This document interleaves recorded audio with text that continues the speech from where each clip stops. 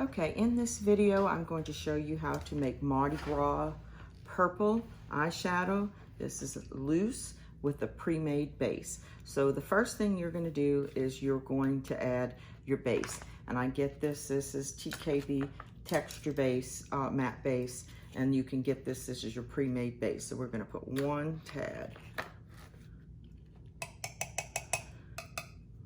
Okay, and then the next thing we're going to put is 3 tads of Pearly Plum.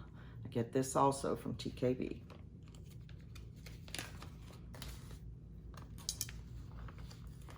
All right, 1, 2, and I left all these things in the big bags and containers so you can see what they are and where I got them from.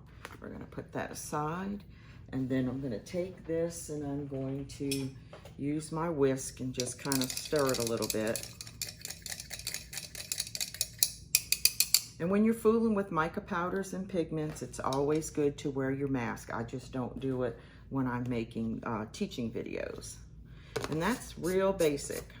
Since it was a pre-made base and you were just using one color, it was real easy to make. And so I'm just going to blend this for about 30 seconds.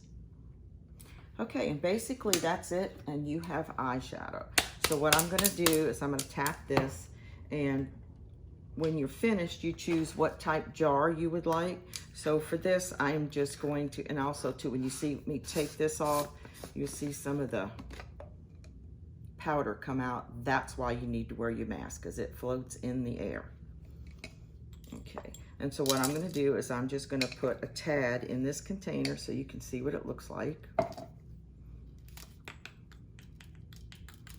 So you would pick the size. A lot of times I'll use like a 5-gram jar, and we're gonna smudge a little of this on my back of my hand. Let's see, let's do it like this, so I can give you a better idea of what it looks like.